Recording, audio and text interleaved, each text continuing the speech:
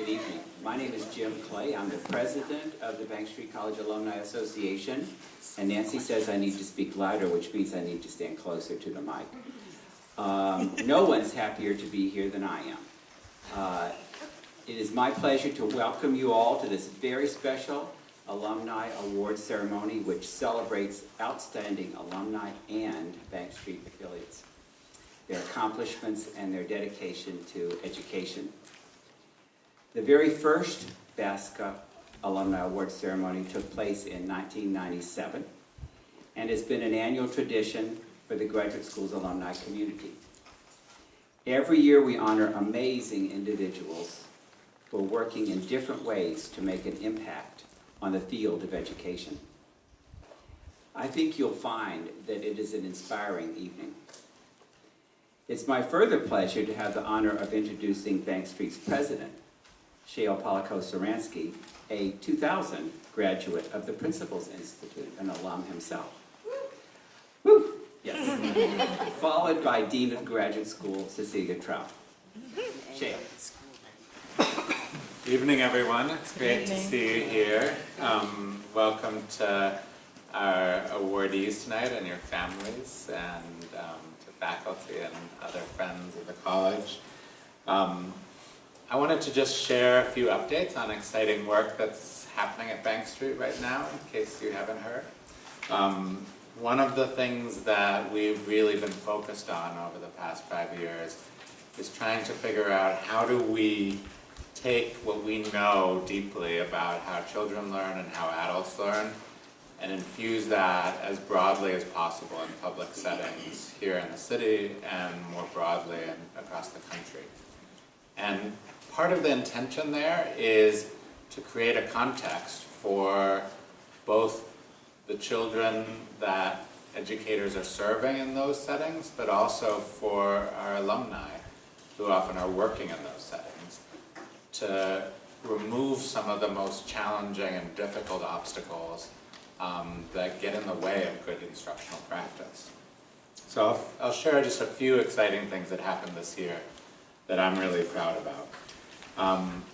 We hosted earlier this year, our Center for Culture, Race, and Equity hosted an event during Black Lives Matter at Schools Week. And it was the first time a higher ed institution had participated in such an event. We had an amazing panel, 2 panels actually, of alumni and other folks connected to Bank Street and doing really powerful work in a multitude of settings. And this room was packed with several hundred people and more outside.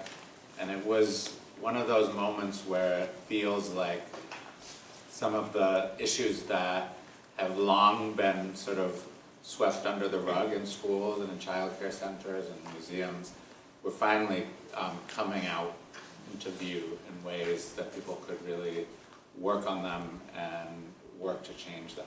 And that's been a commitment, not just in our public events, but also in the work we're doing across the institution to make sure that when we look at issues of racism and how we work together and how students and alumni feel in this institution, that we're being honest about those challenges and having real conversations that deepen our racial literacy and our ability to take on and talk about hard issues. And it's exciting to see that starting to spread not just here, but in many schools and in school systems around the country. Another new effort is we recently announced that the National Center for Children in Poverty, which has been a partner of Bank Street's for many years based at Columbia, is going to come to Bank Street's graduate school starting July 1st. And they've done some really groundbreaking work over the years examining ways that policymakers and advocates can think differently about public policy in order to create a healthier context for children and families. And we know that poverty is one of the biggest challenges to healthy development that exists. And so to the extent that we can aid in an effort to illuminate where those challenges are and help find solutions and bring new resources, we're really proud to be able to do that. Connected to that, we've also started a project about 3 years ago building on our very strong infancy program in the graduate school to think about how New York City can better serve infants and toddlers and their families. And we're working in partnership with the Early Childhood Office at the Department of Education to build up resources and professional development that can serve those caregivers who are working with infants and toddlers, and also beginning to think about, well, what would a different set of policies look like, not just in New York City, but in the country, so that we could adequately fund supports for caregivers and teachers working in this space, and compensate them in a way that's equivalent to what we pay for teachers in the K-12 system. Our Bank Street Education Center has been working on a really interesting project in Yonkers that is rooted in the belief that for many teachers, the professional context that they're working in schools doesn't support their learning and development. And that part of the work we want to help school systems to do is to empower teachers to be leaders and create a context in the school day where teachers can meet with each other, work together to share their practice and learn from each other and grow through that process. Unfortunately, that's very rare in most schools, that space exists, and as a result, I think we see a lot of teachers feeling very isolated in the work that they do. So I share all of these as sort of brief, quick examples of places where we're trying to grapple with issues that no one's really figured out how to solve yet, but are some of the harder issues that confront education and educators. And that's really part of our job. It's not good enough, in my view, for us to create a wonderful educational context for the students fortunate enough to come through our doors, either as children in our school or in our graduate programs. We also need to figure out how to create contexts much more broadly where educational supports are available that really propel and enhance the lives of teachers, school leaders, and other educators. So as you listen to the stories this evening, you're going to see examples of very powerful work, many engaged along exactly these lines that I've been describing, who've been working for years to build institutions and to build supports that are having impacts far and wide. And so I'm really proud to be honoring the folks this evening and proud to have you all here tonight to participate.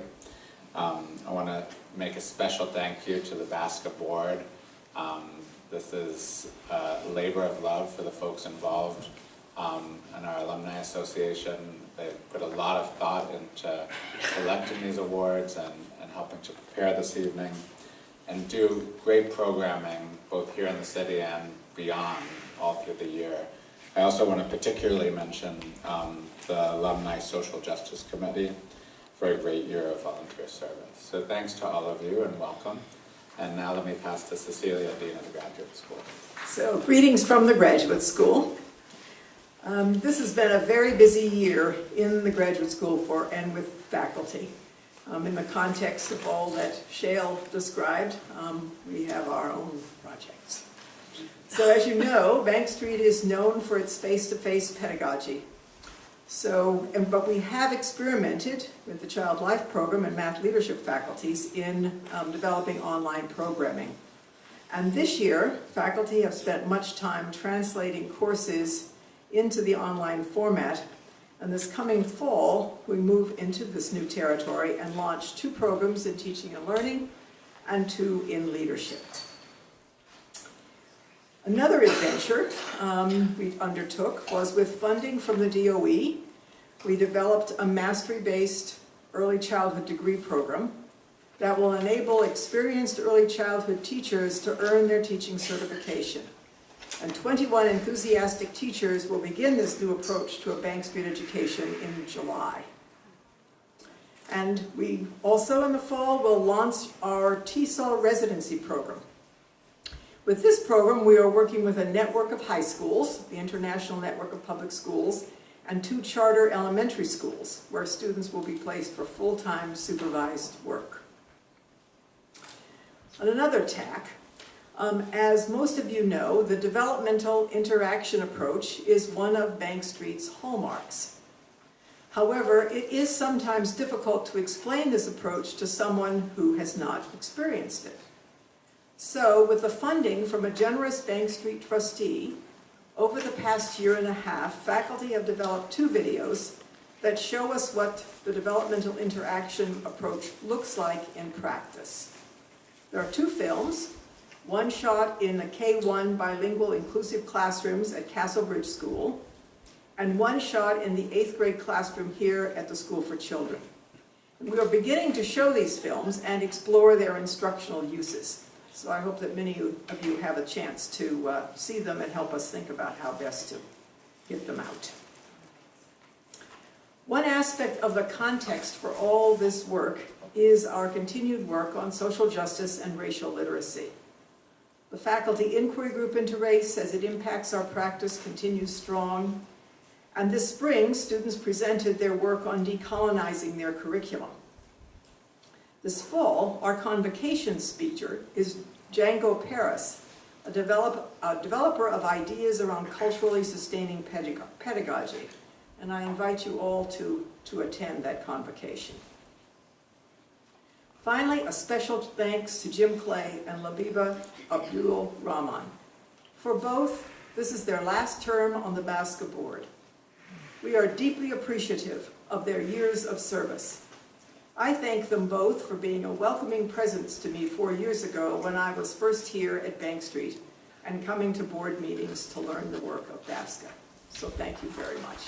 Thank you, Shale and Cecilia. This evening we will be lifting up 5 outstanding honorees selected from a large pool of many amazing educators who were nominated. Each honoree will be introduced by a member of the BASCA board. Your program lists the introducers. At the conclusion of the ceremony, after each of the honorees has received her award and shared remarks, the most interesting part, we will adjourn to no longer the outdoor play deck, but to the lobby because of the impending weather, for wine, sustenance, conversation, fun photos, and a celebration. Labiba. Good evening, everyone. Good evening. I'm here to introduce Myrna Hughes, and I'm going to keep it short, even though I know and love Myrna very much. She has a lot to share with us. Myrna Hughes. Myrna Hughes has provided exemplary service as the director of Laurelton Academy Daycare Center in Queens for over 10 years. Queens in the house? Okay. Myrna is described by her community as a quiet fire in her relentless pursuit of excellence for all. And I have to say, all is in caps. All. A-L-L, all. Many may not know that Myrna has used unoccupied space in her current facility to serve as a food pantry for members of her community. She holds annual concerts where senior citizens are received as honored guests to relish in her performances by the school children in the community. I've attended some of those myself. Among many more initiatives, Myrna has created access to those often marginalized with over 20 years of service. Myrna's impact is felt widely in the community. Myrna is a legend in her community. And we'll just specify that's District 29 for those of you who are familiar with Queens and their districts, but she is widely known throughout the system. We're pleased to award Myrna Hughes a 2019 BASCA Recognition Award. BASCA Recognition Award, as Labiba says, Myrna Hughes, class of '04, for outstanding accomplishments in the field of education on May the 20th, 2019.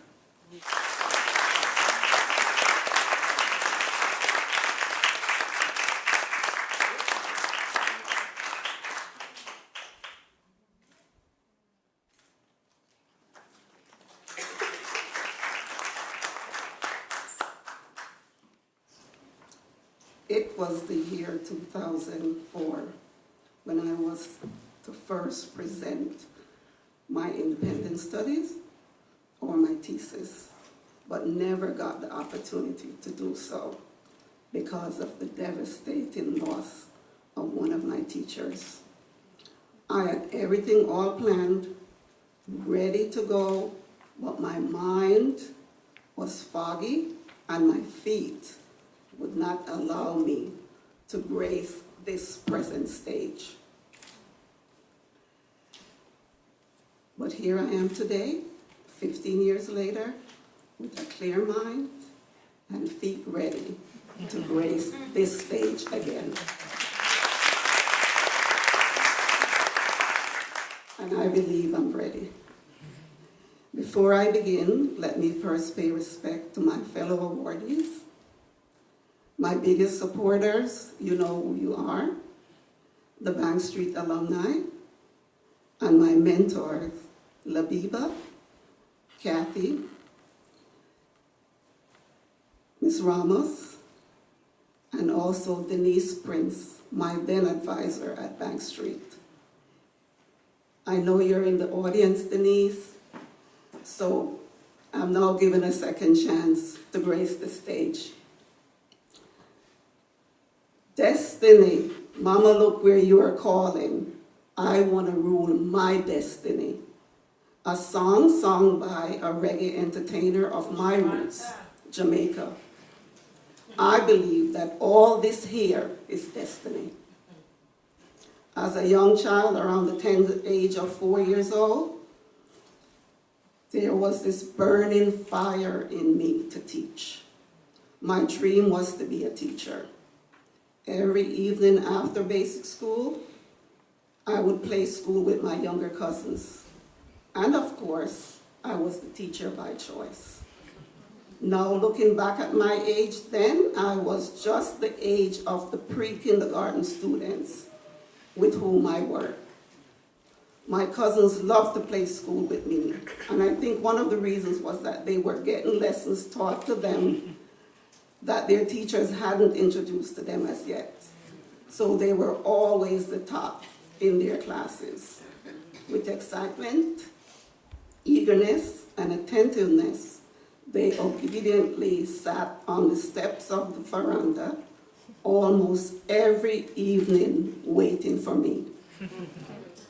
As a youngster, my family was poor, but compared to many of our neighbors, we were well off, as they say, because the tenement yard we lived in was owned by my grandparents.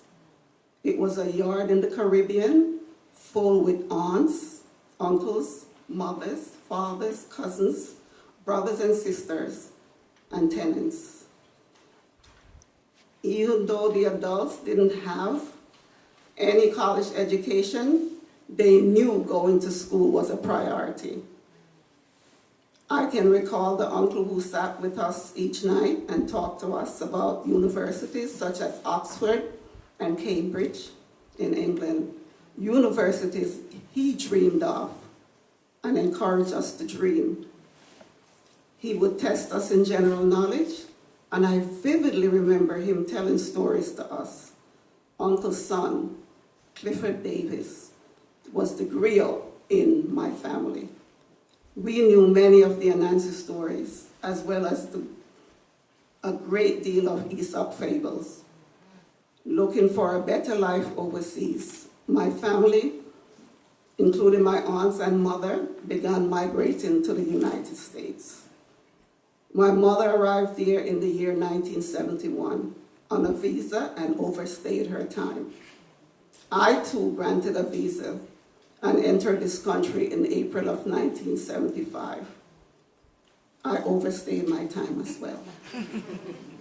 My mother at that time felt that her then teenage daughter needed to be with her.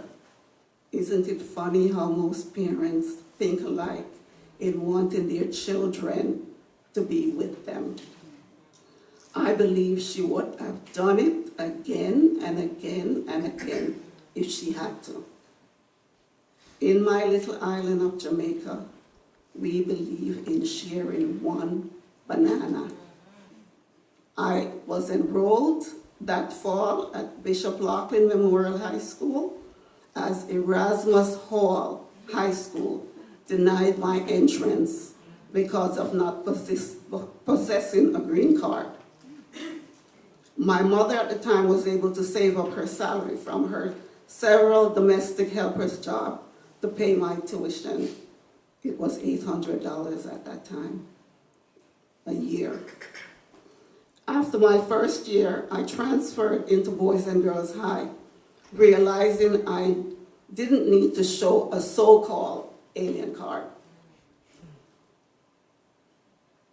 This definitely helped to lessen one of the financial pressures of my mother, as she had 4 younger boys back home in Jamaica to support. She no longer had to pay this astronomically high school fee. Being the strong-willed person I am, I persevered to attain my dream of being a teacher. I always remember the counseling of my uncle who wanted his nieces and nephews to strive to attend the best educational institutions. Didn't go to Oxford or Cambridge, but I went to this prestigious school, Bank Street.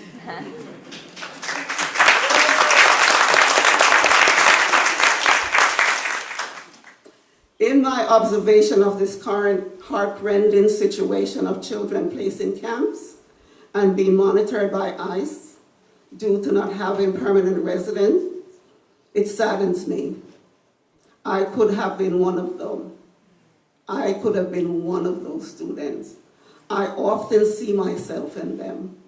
I identify with them. Teachers often have high aspirations for their students. I see within the faces of these dreamers and these children the next scientists with the cure for cancer, the next Nobel Peace Prize winner, the next Secretary of Education, or even the next Myrna Hughes.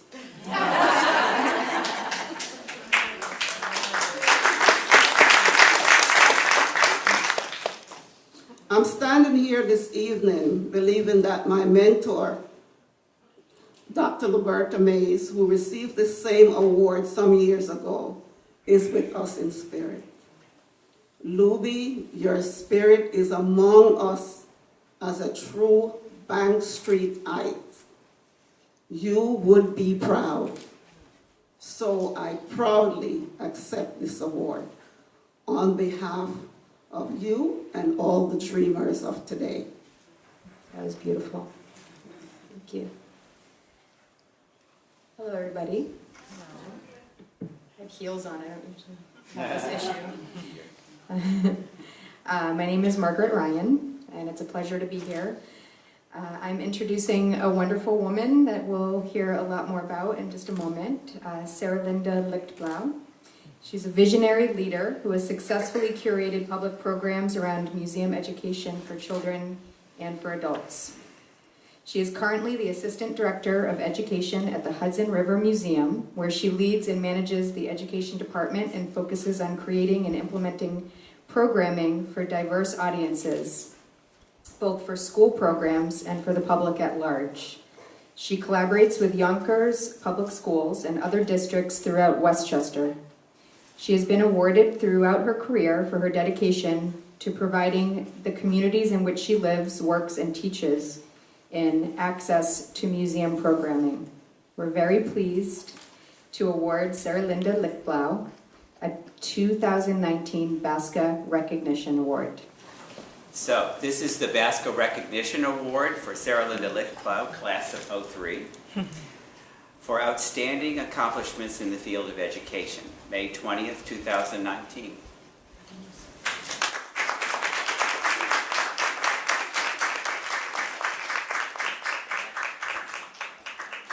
Keep clapping.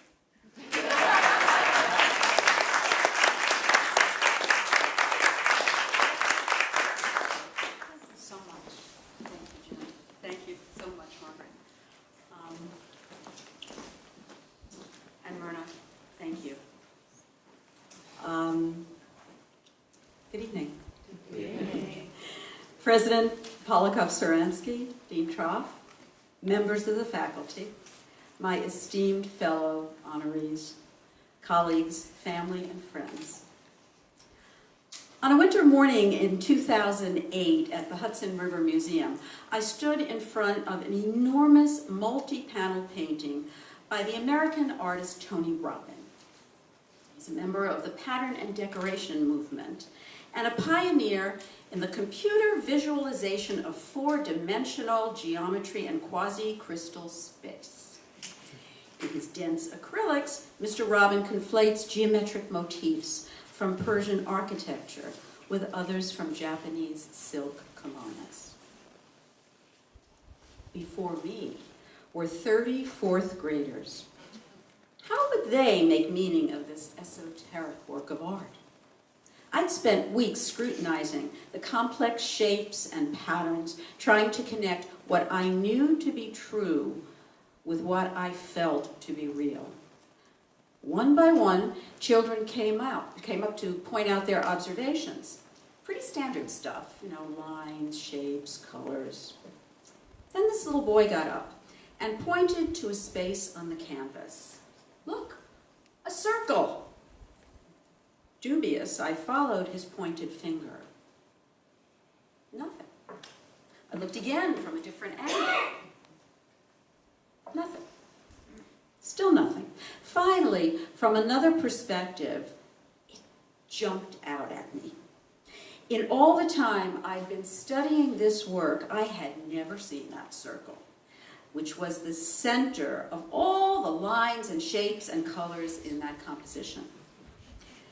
Together, we all saw how they danced together through the two-dimensional picture plane into the third and then the fourth dimension.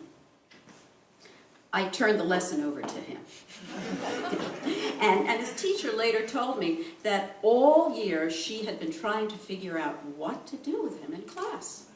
Well, now she knew. I learned many things from that single experience of gallery teaching, but mostly it raised questions for me as an educator and challenged my belief in my intellectual honesty. What did I really know about Tony Robbins' paintings? How did I know it? When I look at a work of art, am I really looking? And am I really seeing? Was I myself open to and practicing what Bank Street preaches, the power of the object to teach? My belief in what I learned here is stronger than ever. But as time goes on, I am constantly amazed at how much I do not know. And not just what I can't remember, but what there is yet to learn. At the power and potential of not knowing, which is different from knowing nothing. And I believe that life-affirming realization is primarily the result of simply being human. Our relationships. Relationships are filled with promise and fraught with uncertainty. Forged through time and shared experiences, their nature simultaneously proactive and reactive, taking the energy we invest and returning it to us many times over so that we are changed ourselves. Museum education has enabled me to experience this transactional alchemy in so many ways with so many people. Working with colleagues in the field and through community and institutional partnerships has taught me humility and gratitude for the respect and knowledge they have generously shared with me. And I believe that generosity is endemic to this profession. Museum educators can't wait to share their ideas, their insights, and their approaches in order to advance the field. And what is shared can and should destabilize long-held beliefs and practices. In 2016, I became responsible for planning a range of public programs in conjunction with Civil War exhibitions. That fall, I heard the Duchess Anti-Slavery Singers an a cappella chorus that performs in period costume. What a perfect program for us, I thought, and began advocating for them to present a concert at the museum. It was difficult for me to understand then why I was met with a degree of resistance. We could make the event much bigger and more inclusive, my colleagues enthused, by broadening its context to include familiar songs whose power has driven and chronicled the struggle for civil rights for the past 2 centuries. What we came up with for the spring of 2017 was The Power of Song, an historic and contemporary music mashup from the abolitionist chorus, an interfaith gospel choir, and a DJ who spun sounds of all genres, bringing the conversation about social justice and civil rights from the 19th century to the present day. By going broader, we got at something deeper. It brought in an audience of over 80 people of all ages from a range of communities. This never would have happened without the questioning and gentle suggestions of my colleagues that led me to challenge myself to take risks and learn how to produce a unique and deeply resonant performance with as many moving parts as there were people.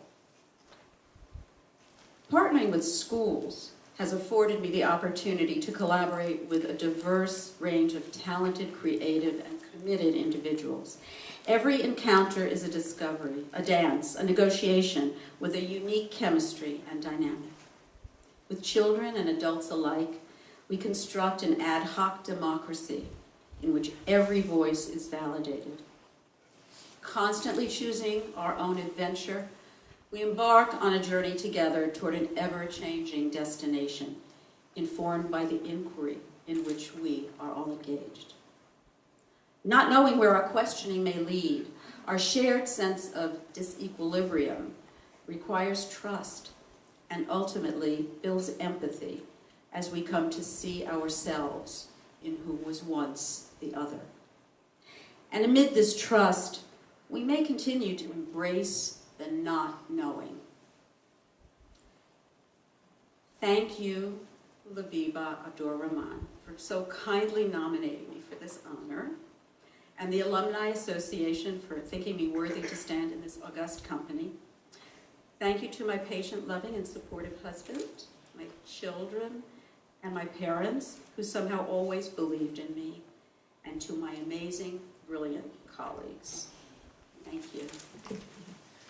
Wow, it is, we're only halfway there, and the stories and the knowledge that is in this room is really powerful. So I will continue. I have the honor of introducing Nancy Cardwell. Nancy has dedicated many years of transformative work to Bank Street as a student, alumna, former faculty member, and now as the founder and chair of the BASCA Social Justice Committee. Nancy is an assistant professor in the School of Education at the City College of New York. She has expertise in human development, neuroscience, unpacking implicit bias, and intergroup relations. Her research examines the interplay between culturally based knowledge and the professional knowledge of teaching to create culturally and linguistically inclusive learning environments. She uses a relational narrative, intentional and content-rich approach to make the professional knowledge of teaching meaningful and accessible to every learner. And on a personal note, I have to say that I have found such pleasure in the many honest conversations that I've had with Nancy about what it means to grow and learn and reflect on how to be a better human being in this world. And many of those conversations began with, what if? And she takes us on a journey. So we are pleased to award Nancy Cardwell the 2019 BASCA Distinguished Service Award.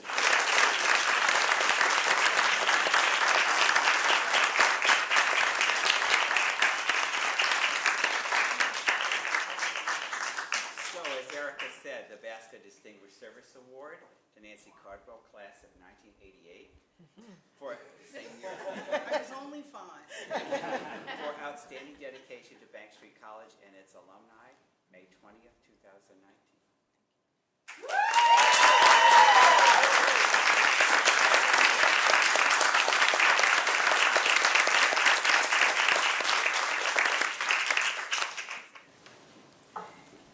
Thank you very much. The first time I came to Bank Street, I came as a terrified prospective student. And I didn't want to teach, but my parents made me.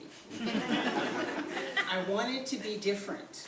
I come from a family of teachers, and I'm a fourth generation teacher, and the great-granddaughter of an enslaved African. Both of my great-grandparents were teachers, and the tradition flowed through my family to me. But I was trying to be different, you know, a little special. But when I graduated from college, you know, I was sort of casting about a bit. And my parents sat me down one day, trapped me at the dining room table, and said, "You will teach because you will love it and you will be good at it." And I was really scared to do it. And I was afraid because I was afraid of holding the futures and the minds of children in my hands, because I was worried I didn't know enough. I was worried that I wouldn't do the right thing, and that if I didn't do the right thing, it would somehow harm their life chances for success. And I was very, very worried. And when I came here, I saw a panel speaking, and one of the people on that panel, they were alums. One of them was Bill Ayers. And at that time, he was young, he had long hair, he was wearing this scarf, and he had this like army jacket, and he was just like so hip and cool. But he was really talking about the meaning of his Bank Street education experience, and how it really set him up to be able to be a teacher who could look closely at children, who could keep his eye on what was happening right in front of him, but also imagine who the kids could be. And as he talked, I could see parts of who I wanted to become in what he described as his Bank Street experience. My mother and I sat in the second to last row, off in the corner, because it was like, all right, I'm not sure I'm gonna stay, I don't know. And you know, I thought my mother was gonna lose her mind. She was like, all right, we'll just sit on the end, you know. But she came with me to keep me in the room. And it was one of the best decisions I ever made, was to come here.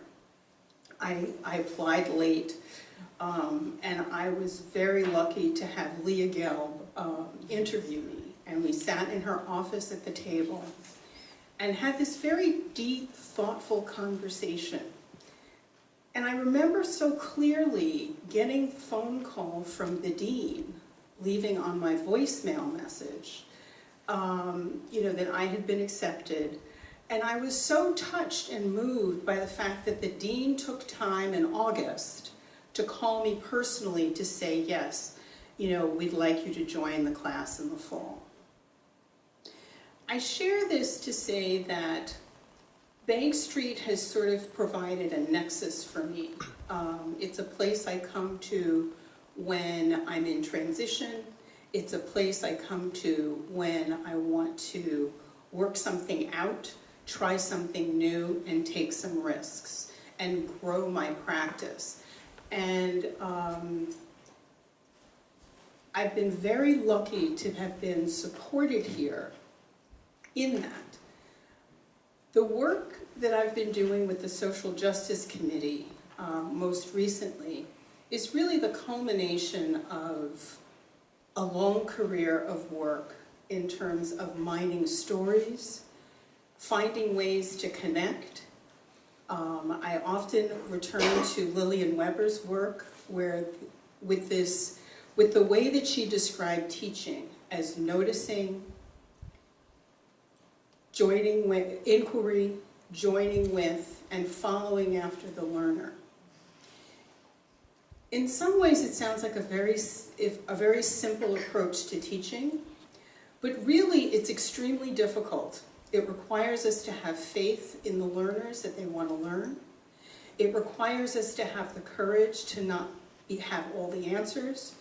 It requires us to model learning rather than telling everybody what they need to do. And I think that for me, finding and discovering Lillian Weber's work really allowed me to find the intersection in my own desire to bring private school sensibilities from my own experiences as a student into a public school arena.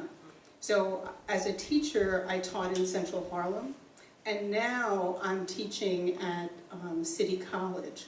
And finding ways to make connections across those two contexts, bringing the pieces of Bank Street about justice, equity, rigor, and respect for the learner is something that I strive to do every day. It means more than I can say to have my family, students, my City College people, my Bank Street people, colleagues from City College, colleagues from Bank Street. I have a close friend in the audience who I've known since I was 4. Someone else who has known me since before I came to Bank Street. My relationships with each of you has allowed me to really have the impetus to push, to really learn more about how do I bring what I believe into practice. And that has really been the driving force behind the Social Justice Committee work. We have,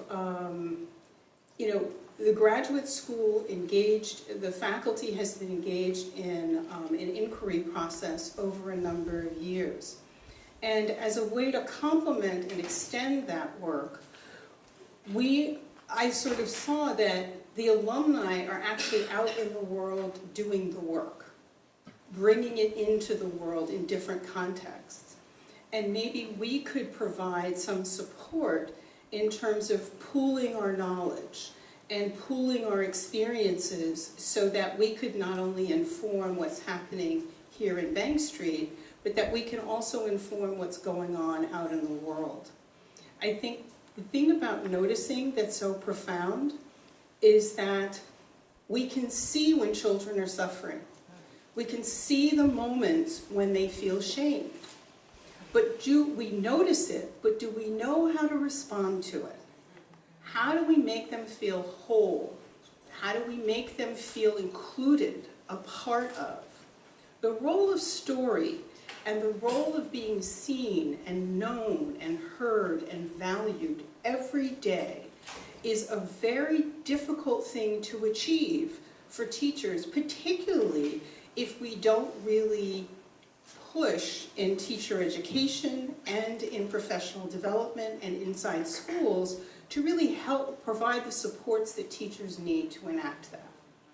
And so that is the space in which our work in the Social Justice Committee sort of sits, where we come together for conversations. Oops, sorry.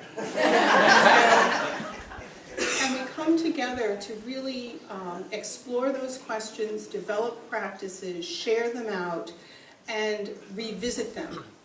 And it has been a joy of a lifetime to be able to have had the opportunity to organize this group that has really sustained me personally and professionally, and it's allowed me to include my students from City College in those conversations. It's allowed me to bring those things back to City College, and it's allowed me to do a little dreaming. I just brought back a group of 21 undergraduates from Cape Cod for a long trip. And it was profound to see the impact that that had on them and, of course, on me. I can't get over that I allowed that. but it's my own fault. But I say this to say that risk-taking is really at the core of what teaching and learning at its best is all about. But in order to take those risks that we need to take, we need each other. We need to stand with each other and by each other and be generous with each other when we ask questions and make mistakes. We need to be supportive and caring, and that's the kind of community that we have tried to create with each other on the Social Justice Committee. It means more than I can say that one of my former students and now a colleague nominated me to receive this award. It's a source of validation, but it's also a signal that I have been able to send someone out into the world who's doing good work alongside me. I'd like to acknowledge the members of the Social Justice Committee who were here and say thank you so much for joining with me to sort of figuring ourselves out, to finding our way, to allow me to learn with you and alongside you. I'm so honored to be included among tonight's honorees. Linda, I can't tell you how much you have touched my life and really helped me find my way back to Bank Street, and to really begin this chapter of such powerful and profound work. Thank you to my family. I'm really happy you're here. Thank you to my friends, my colleagues. It's a blessing to have you all in my life. Thank you so much. Good evening. Good evening. I'm Ravine Nickens of the Bank Street Alumni Board, and it is my honor to introduce Alison Overseth. Alison Overseth is a change maker. Within the 25 years of her experience in youth services and holding multiple leadership roles, she has impacted the lives of thousands of children throughout New York City through her leadership of PACE, the Partnership for After-School Education. You see, Alison is currently the executive director of PACE, a program designed to improve the very quality of after-school programs in schools and community-based organizations, all of which serve well over 100,000 New York City youth. Exactly. And since she began her tenure, Alison has ensured that PACE thrives. Now, her connection with Bank Street began in the early 90s when PACE partnered with the college to provide professional development opportunities to empower the staff of these after-school programs. Her vision and her values are closely aligned with the mission of Bank Street because she's not only about ensuring that we serve the whole child, but also the larger society in which they interact and in which they learn. So we are pleased to award Alison Overseth with a 2019 Ida Carp Award.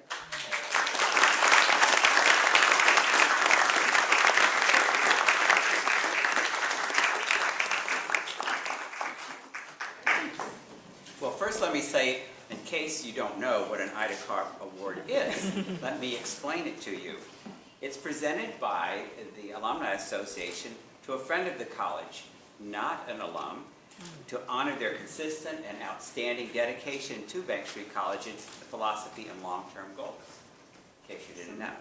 So, the Basca Ida Carp Award to Alison Overseth for outstanding dedication to Bank Street College and its mission on May 20th, 2019.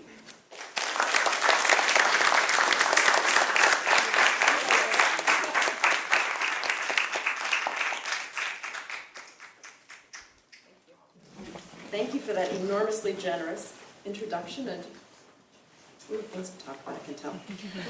Good evening. Good evening. After. After School of Bank Street, your participatory. Good evening. Good evening. Thank you. I am delighted to be here. Bank Street has had a profound impact in my life and in the profession of after school. I'll talk more about that in a minute, but it is truly an honor to be here. Though as I'm listening to you say not an alumni, I feel like I'm not an alumni yet. It feels like there should at some point be another phase there, but we'll think about things there.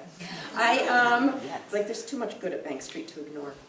I am honored to receive this award in Ida Karp's name. So Ida Karp did not leave a large Google footprint, but I was taken by the words that Jack Niemeyer used when describing Ida Karp the very first time this award was given. And he said, "In all parts of life, she is a doer and a dreamer with her feet solidly on the ground." That really resonated. Like, Ida, go Ida.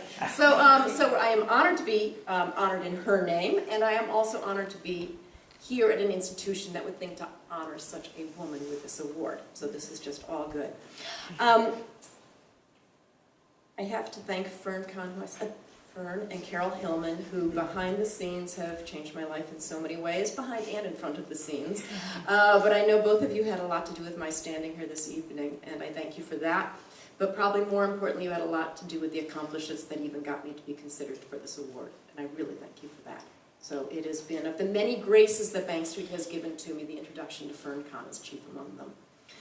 I looked it up, Fern. We met 20 years ago, almost exactly, when, as Rabin mentioned, I was invited to Bank Street to talk about after-school professional development, and we had a very typical Bank Street meeting, which is noisy, opinionated, smart, and super caring, and it was really sort of awesome. And we adopted Bank Street as close colleagues from then on.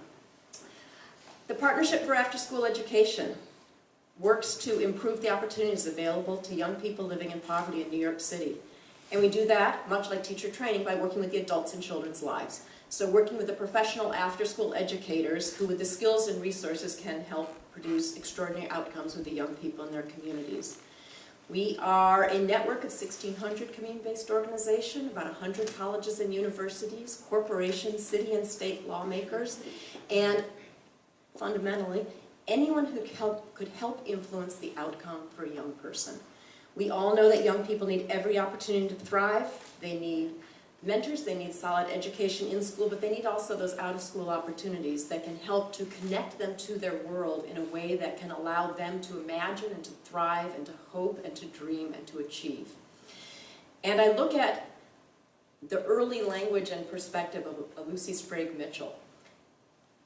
She was an early after-school educator, right? She wanted the same things that we want for young people, that we all do, in school and out. She wanted young people to connect to their world. She wanted to recognize a young person for who they are and have them be the center of their learning, and to think about how they could explore the world, if it's through her geography or social studies, but how that world then could inform their learning and their lives. But she deeply connected students and children with their families and their communities. When I first met Bank Street through Fern, I think that the values of this community is what resonated so deeply and what has really changed the trajectory of the Partnership for After-School Education and the work we do. Because it's those values that when we have the opportunity to connect and to celebrate together, we can do really extraordinary things. There was a time, a few years ago, when Bank Street formally started to think about what a master's program could look like in community-based learning.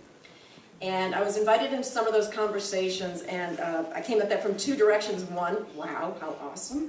As an organization, PACE, where we had really started to think about how could we establish after-school education as a field. The idea that Bank Street College of Education, which was just this pinnacle of progressive education, everything that's sort of right with the world, might consider what was basically a master's in after school. I thought we put after school in just an entirely different level of seriousness and responsibility, but also of credibility and of a field being established in a very, very foundational way. Early on, was invited to a meeting for planning this whole process, and it was a pretty typical Bank Street meeting. A lot of perspectives, a lot of different people in the room. There was probably 30-some different people in the room. alumni and friends of the school, faculty, deans, expertise from the community, and many, this will shock you for the Bank Street people, very strong and opinionated perspectives, but they were beautifully expressed and they came out of love and caring for community. So it was a messy meeting, and it was totally fabulous. At the end of it, and the reason I remember in part, John Snyder, who was dean at the time, who had stayed largely quiet during the whole discussion, looks up and says, quite simply, if there's a need that a child has that is not being met by another adult, we will do it at Bank Street. And a year later, we had a leadership and community-based learning master's program here.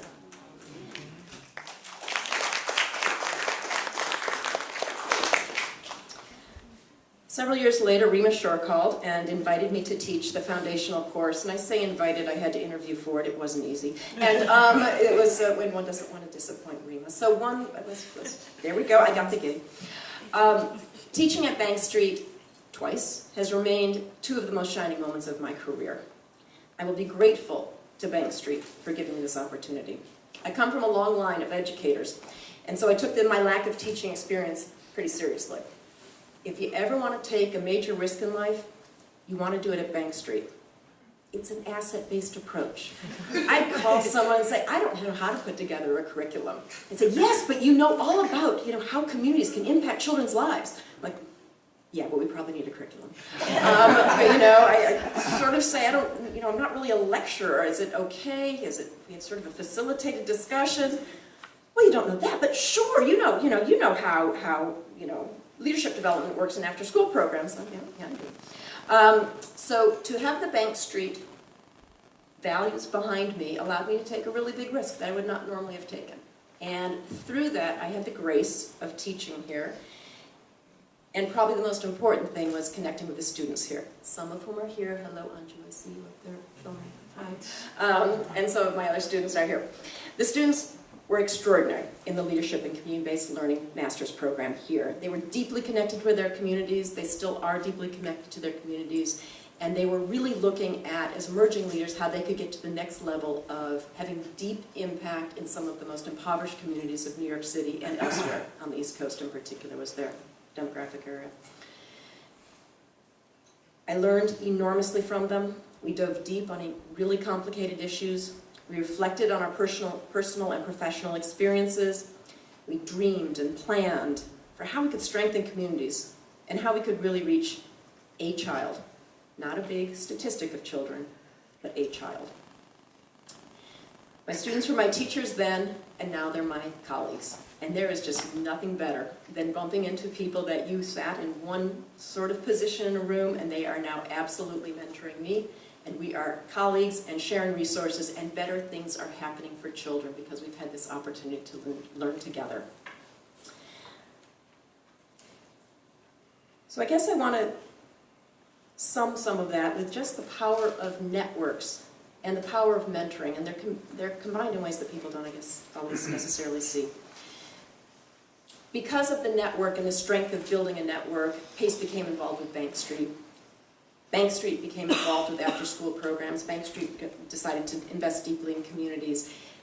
And we have new leaders in this community because there's networks connected and allow that to happen. But we also allowed Bank Street and Bank Street's amazing teaching to include people from communities that came in as guest speakers and would be involved. And so then more people could connect with one another in terms of what Bank Street had to offer. But it also very explicitly started the students' ability to have their own networks of future colleagues and resources. And that's enormously important. Tied to that is that, as we know for children, that learning doesn't stop in the classroom. For adults, it doesn't either. And so, as we look at this group of extraordinary alumni of the Bank Street College, I'm thinking very specifically about my students, and once they graduated, those relationships and that ability to continue mentoring has made a huge difference. And I think of that as, for those of us, particularly those of us of a certain age, we have a lot of different connections out there in the world. We can share those connections in our networks with up-and-coming emerging leaders, and that really makes all the difference in their ability to lead, both from the resources they find, but also for the ongoing mentorship and sponsorship and knowledge that they can be part of in their lives to support their leadership. I also think that there's a real role that we all have when we do that as peers sometimes, if we have people who are honest with us and straightforward with us. We have the ability to help a friend who is considering taking a risk to a next place and reflecting back to them what we see in their potential and what we see in terms of their current accomplishments. And sometimes it's hard to see it for yourself. So maintaining those connections between networks and mentorship with current students and with future students and with future alumni is enormously important. Love Bank Street. I'm honored to be standing here, receiving an award, even not as an alum, so thank you for making room, and thank you to Ida Karp for inspiring this. To my family, my husband Ken Durrett, the best man I have ever met. To my children, Hannah and Emily Bozian and Eric Durrett are all here, so thank you. To my students, thank you. And to my fellow honorees, you guys are awesome. This is so much fun, so we get to hang out after this, I hope. And there's just a lot to learn here, and thank you for that, Cecilia. It's a pleasure to see you. But to the Alumni Association, thank you. She continuously encourages alums to be involved and to lead the change at Bank Street. She has been instrumental in the expansion of alumni relations and programming at the college. And on a personal note, I can't think of a better person to have partnered with over the last 6 years. It's our honor to award Linda Reing a 2019 Ida Karp Award.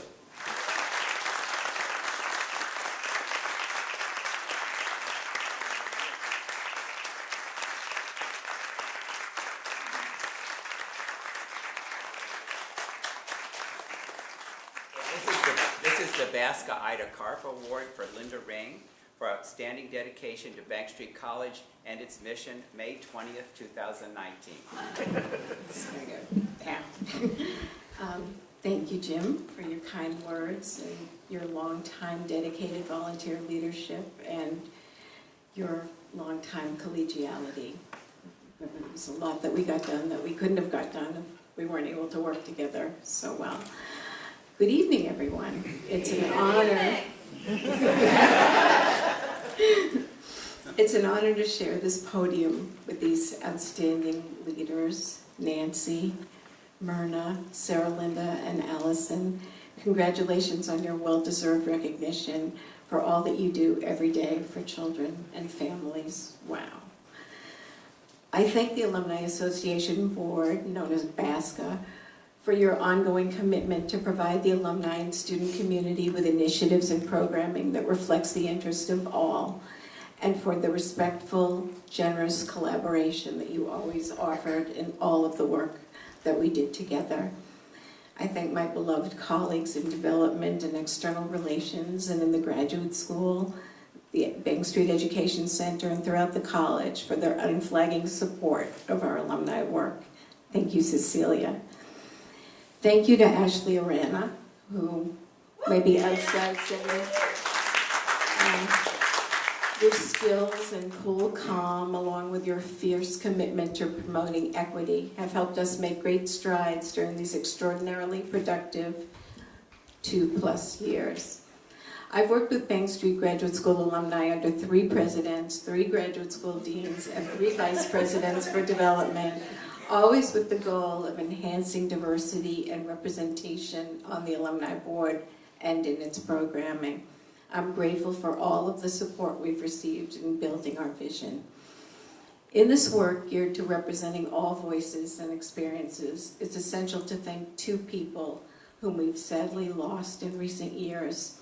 My friend and collaborator, longtime BASCA president, Jesse Pugh, and my friend and mentor, Lucia Jack, founder of the Pemberton Society, both of whom continue to inspire me to always attend to social justice and access for all. BASCA, I'm grateful for and proud of everything we accomplished together, and I look forward to learning what the new incoming board will take on next. I see that look on your face, Nancy. I urge all alumni here tonight to get involved, speak to Ashley or a BASCA board member, and learn how you can have fun, make new friends, and help shape this important work. Thank you. Wow, what an amazing group of honorees. You make us all very proud. And now let's give the whole group of them a round of applause.